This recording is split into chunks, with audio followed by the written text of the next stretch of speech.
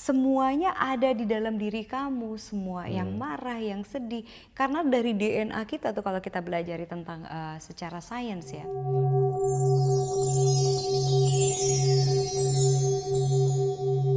Iya Kak, session kali ini saya ingin bertanya tentang matriks kesadaran Kak. Di dalam matriks kesadaran ini banyak sekali dimensinya ya Kak. Kita coba satu-satu ya Kak ya. Oke. Kita mulai di dimensi logika halus. Oke. Apakah kesadaran itu selalu hadir atau hanya aktif saat pikiran mampu mengamatinya ya Kak? Oke. Kalau kita bicara tentang matriks kesadaran ya Kak ya. Jadi sebenarnya matriks kesadaran itu kita di dalam manusia itu sendiri ada beberapa layer ya. Salah satunya adalah pikiran. Pikiran itu adalah salah satu level kesadaran gitu. Lalu ada rasa gitu. Rasa juga adalah salah satu dari layer kesadaran. Nah, dari berbagai layer itu sebenarnya coba kita kulik lagi dari pertanyaannya. Boleh diulang lagi pertanyaannya apa Kak? Oke, aku ulang lagi Kak ya. Apakah kesadaran itu selalu hadir nih Kak? Nah, kesadaran dan hadir dan pikiran dan rasa. Lagi pertanyaannya? Atau hanya aktif saat pikiran mampu mengamatinya? Mengawati. Jadi ada beberapa kata di sini yang menurut saya adalah semua adalah ruang kesadaran di dalam di dalam diri manusia. Ya. Jadi di dalam diri manusia itu banyak sekali ruang-ruang kesadaran gitu. Jadi kesadaran akan hadir itu adalah sebuah kesadaran. Kesadaran akan pikiran itu juga adalah sebuah kesadaran gitu. Dan tadi apa satu lagi? Mengamati. Mengamati itu juga adalah sebuah kesadaran. Dari beberapa dimensi kesadaran itu semuanya itu hidup dan bersinergi gitu. Jadi kalau misalnya tadi balik lagi ke pertanyaannya, boleh diulang? Apakah kesadaran itu selalu hadir atau hanya aktif saat pikiran mampu mengamatinya Kak?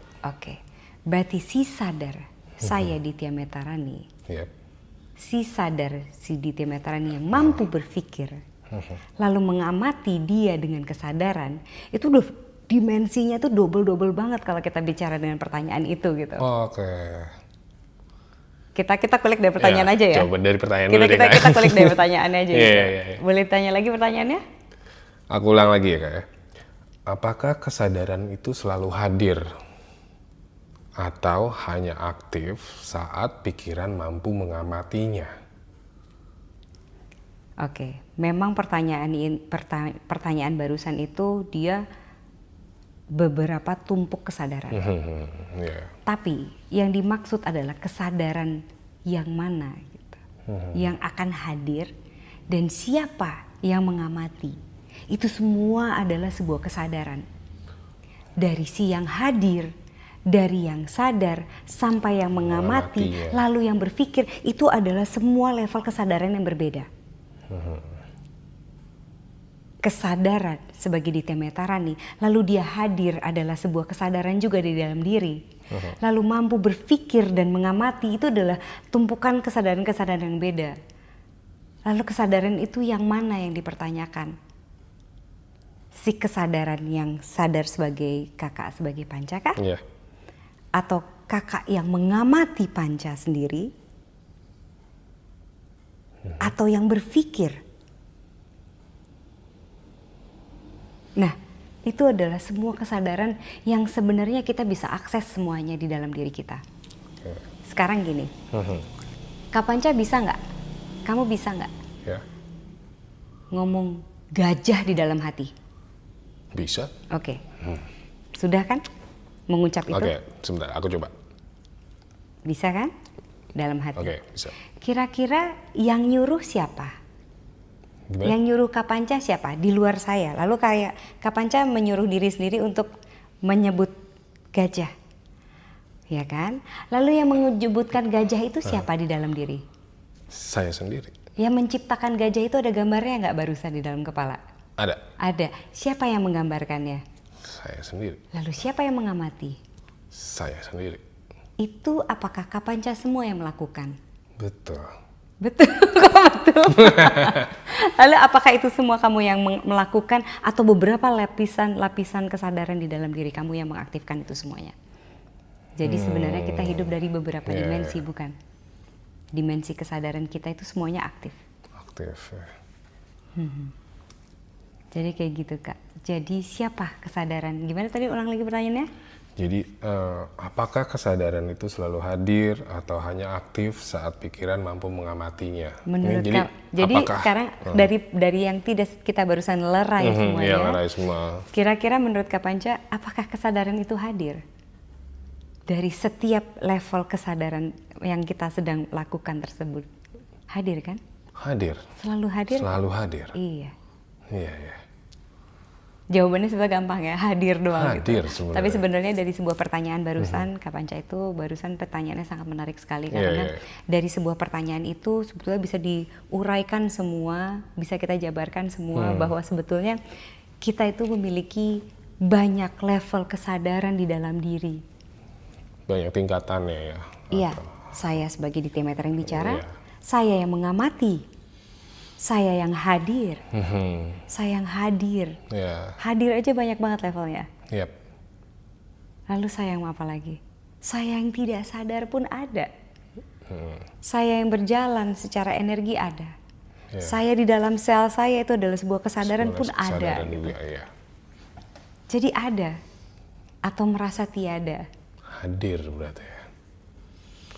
Itu misteri sih ya. Terima kasih Kak. Berikutnya nih Kak. Jika kamu tidak sadar sedang sadar, apakah Kak Ditya tetap sadar?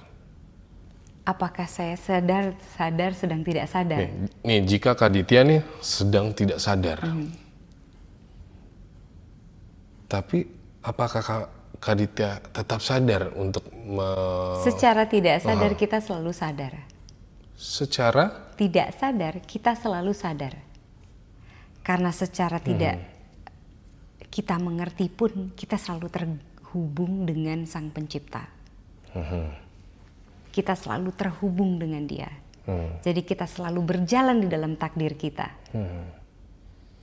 Secara tidak sadar, tapi sebenarnya kita sadar gitu ya? Secara tidak sadar, sebagaimanapun kamu tidak sadar, sebagaimanapun kamu berpikir kamu tidak dekat dengan Tuhan, kamu selalu berada di dekatnya, kamu selalu berjalan di jalannya.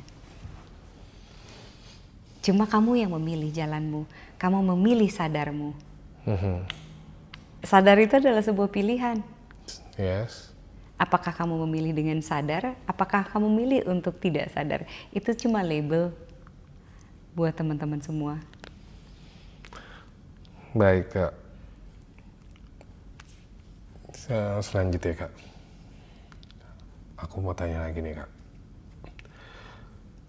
Apa yang membedakan intuisi dengan bias bawah intuisi dengan bias bawah sadar yang tidak Kak Ditya sadari?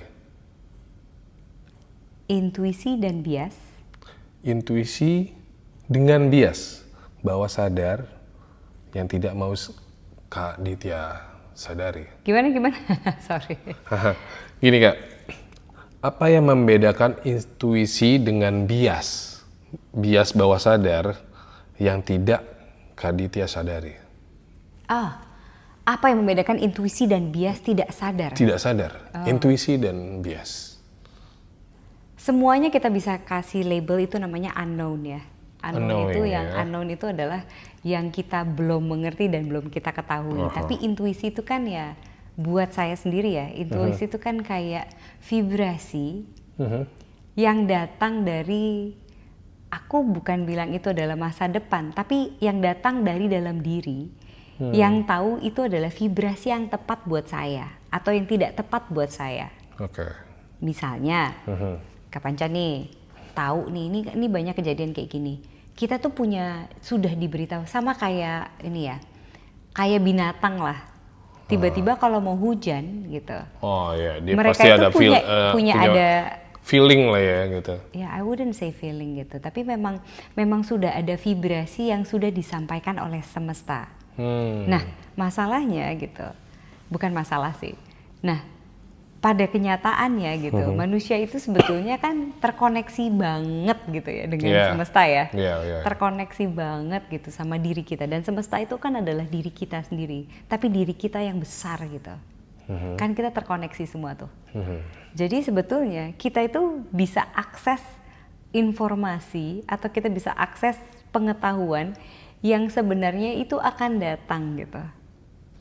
Yang benar buat saya, yang cocok dengan saya, yang atau mungkin ada sesuatu yang memang sudah waktunya gitu untuk mengerti gitu. Nah, itu dari intuisi yang didatangkan dari semesta buat kita sendiri. Nah, itu kita bisa akses gitu aja sebenarnya. Sama kayak binatang juga melakukan hal yang sama. Cuma manusia itu kan mungkin terlalu sibuk dengan pikiran gitu. Terlalu banyak inception dari mana-mana supaya jadinya manusia tuh kayak nggak sadar dengan intuisi mereka gitu. Atau let's say ya begitulah. Nah, bias alam bawah sadar itu mungkin bisa disebut juga kayak inception gitu. Inception. Ya. Seperti ini. Bias alam bawah sadar itu kayak gini, Kak. Kita lagi nyetir di mobil nih. Iklan bolak-balik makan ini junk food lewat nih nggak sengaja nih. Mau nggak mau gitu. Ini kan cara kerja brain system kita nih ya. Kalau terlalu banyak inception gitu, itu masuk ke dalam diri. Gitu ya. Itu masuk ke dalam diri. Masuk ke dalam kita. Itu masuk ke dalam diri, lalu kita berpikir bahwa itu adalah pemikiran kita sendiri. Padahal mah bukan. Padahal itu memang titipan. Itu adalah bias subconscious. Yang kita nggak sadar, kita pikir itu punya kita, ternyata tidak. Jadi banyak banget titipan-titipan gitu. Misalnya kita harus sangat berhati-hati dengan sosial media gitu kan. Itu banyak banget kan, bukan cuma sosial media, kayak program sistem dari titipan orang-orang yang berkuasa itu. Betul. Mereka punya program untuk kita semua itu mengikuti programnya dia. Nah, mereka tuh tahu caranya mind control. Nah, mind control itu dimasukin dari program-program data yang seperti iklan gitu, atau titipan-titipan yang popular gitu, pop culture gitu. Nah, itu kan mereka dititipin kan. Dititipin itu adalah ini gue punya sistem nih, gue punya program gitu. Nah, programnya ini coba dimasukin dong ke teman-teman yang ada di bumi ini supaya dia bisa melakukan apa yang saya mau. Gitu, Kak. Jadi itu adalah bias subconscious ya. Tapi kalau intuition itu biasanya lebih pure ya, dari dalam diri kita sendiri, untuk bisa kenal sama diri kita sendiri dulu sih kalau misalnya emang mau intuisi. Kalau bias itu sih kayak agak harus diperhatikan sama diri kita sendiri, itu mana yang terbaik untuk kita gitu. Nah, sebelum berjalan ke diri yang terbaik untuk kita, ya kita harus bersihkan diri dulu dari semua konsumsi yang kita masukkan ke dalam diri. Setelah kita bersih dari semua konsumsi yang kita ambil dengan sangat mudah itu gitu. Nah, baru kita bisa pilah tuh mana yang benar, mana yang tidak benar, mana yang baik, mana yang tidak baik gitu. Kita bisa memilah mana baik, mana yang buruk gitu. Iya gitu, Kak. Iya, Kak. Aku mau nanya lagi nih, Kak. Ya. Apakah Kak Ditya selalu bisa membedakan rasa tahu dengan rasa ingin percaya? Ingin percaya. Rasa tahu atau ingin percaya? Ingin percaya. Kenapa harus ingin percaya?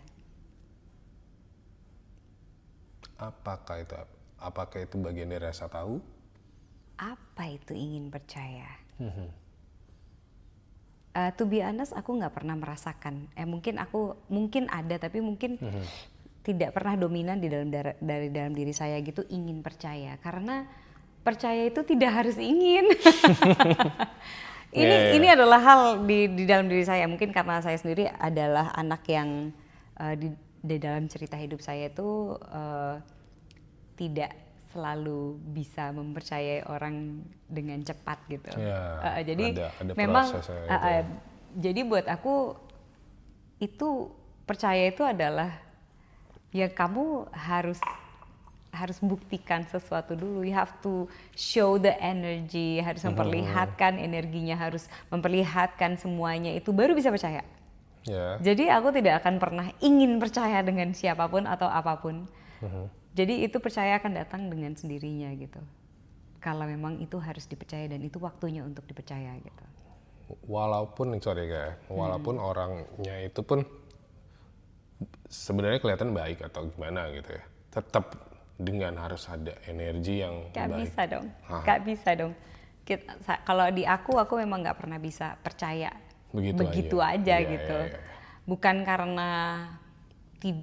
karena takut percaya sama orang, karena atau apapun gitu, atau pelajaran kayak kalau misalnya pun aku dikasih buku pelajaran atau apa gitu, ya pasti aku kulik dengan baik dulu sampai akhirnya aku bisa menerima logika itu di kepalaku dengan baik. Kalau emang itu belum bisa aku terima logikanya, ya itu kan tidak akan menjadi sebuah kepercayaan di dalam diri aku, atau aku harus paksakan aku harus percaya. Tidak bisa gitu. Di sistem diri saya itu tidak akan begitu. Even waktu kecil pun disodorin gitu ya, kayak disodorin dogma gitu atau ajaran agama gitu lah ya dari kecil gitu. Aku akan selalu mempertanyakan kenapa begini, kenapa begitu, kenapa begini, kenapa begitu, dan itu tidak akan aku berusaha untuk percaya karena aku akan selalu mempertanyakan semuanya gitu. Dipaksakan malah jadi tidak baik ya kayak. Sistemnya nggak gitu di badanku memang. Aku rasa memang semua orang sistem brain systemnya itu beda-beda gitu kan. Biasanya aku akan cari tahu lagi dari pacenya mereka, bazinya mereka, hitungan dari astrologinya mereka, even dari matrix destiny-nya mereka. Itu bisa kelihatan kan. Kayak ini typical orang yang seperti apa. Nah, kebetulan aku pasti akan menjadi philosophically penasaran gitu dengan apapun. Jadi I will always question everything. Karena aku nggak akan mau yang tiba-tiba percaya atau nggak akan menjadi pengen percaya gitu. Nah, satunya lagi apa? Bukan pengen kepercaya, satunya lagi rasa tahu. Rasa tahu. Apa yang bisa membedakan rasa tahu dan dipercaya gitu? Jujur, aku bukan tipe orang yang merasa tahu. Karena buat aku kebenaran itu tidak akan pernah tetap gitu ya. Karena kebenaran di mataku dan kebenaran di mata kamu itu adalah sesuatu yang sangat berbeda. Kalau kebenaran mutlak itu akan sangat sulit disatukan gitu ya. Misalnya kayak Kak Panca ngelihat dari depan bentuknya begini kan, ya nggak? Dari belakang saya ngelihatnya begini. Apakah kita bisa mendapatkan kebenaran holistik gitu? Ya kita harus butuh seumur hidup kita untuk mengetahui kebenaran holistik gitu kan? Iya, sekeliling ya. Ya, secara holistik kita ingin tahu kebenarannya tentang ini. Kita butuh seluruh hidupnya dia. Jadi kalau untuk aku bilang aku tahu gitu ya saya nggak tahu.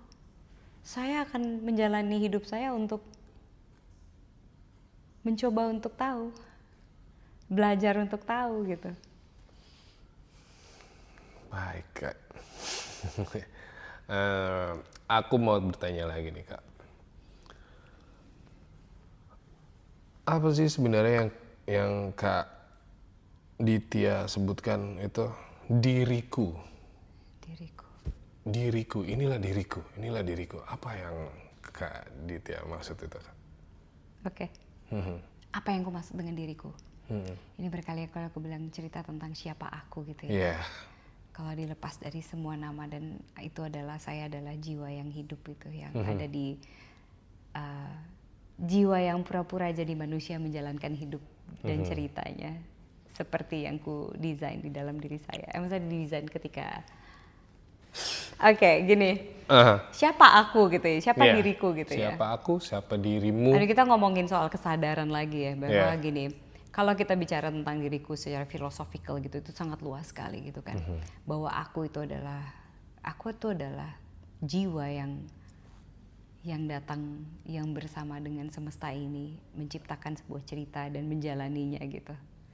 Yang sama seperti Kak Panca dan saya dan semua semesta yang ada di semesta kecil ini, kita sedang berenang bersama di dalam energi yang luas ini gitu. Tapi kalau kita bicara tentang matriks kesadaran gitu ya Kak ya, di dalam matriks kesadaran ini gitu, dari beberapa dimensi kesadaran ini gitu, aku itu banyak sekali layer kesadarannya, itu aku banyak sekali. Aku yang bicara, aku yang berpikir, aku yang hidup, aku yang hadir, aku yang memperhatikan, aku yang berjalan darahnya, aku yang semua organku itu adalah aku gitu kan. Dan segala aku yang ada di dalam semesta kecil aku ini gitu kan. Itu sangat amazing aku bilang ya. Itu kita bicara tentang matriks kesadaran gitu. Karena di dalam diri aku itu banyak sekali emosi-emosi dan rasa-rasa dan pikiran semuanya gitu.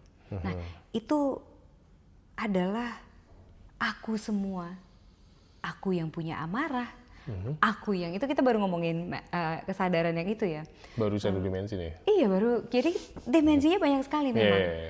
Kesadaran itu bahwa ada di dimensi ego. Aku yang mengakui, itu adalah di dimensi ego. Lalu ada dimensi kesadaran yang lebih tinggi lagi gitu. Bahwa aku yang menyadari, lalu aku yang mengamati, aku yang mencintai, aku yang melepas. Nah, itu sebetulnya bukan fase-fase kehidupan doang. Itu adalah semuanya ada di dalam diri kamu, semua yang marah, yang sedih. Karena dari DNA kita tuh, kalau kita belajar tentang secara sains ya, DNA kita itu kan membentuk seperti spiral gitu kan. Dengan segala tingkatan-tingkatannya gitu. Nah, itu tuh sebetulnya kita tuh se-complicated itu gitu. Kita tuh serumit itu gitu. Dengan segala tingkatan kesadarannya saya gitu. Berarti saya adalah se-amazing itu yang Tuhan ciptakan saya gitu. Sama dengan kamu semua yang ada di sini. Dan aku berharap kalian semua sadar betapa amazingnya kita diciptakan sama Tuhan. Dengan segala rasa dan kesadaran yang ada di dalam diri kita gitu. Kalau kita sadar, kan apa ya, that's the beauty of life gitu gak sih?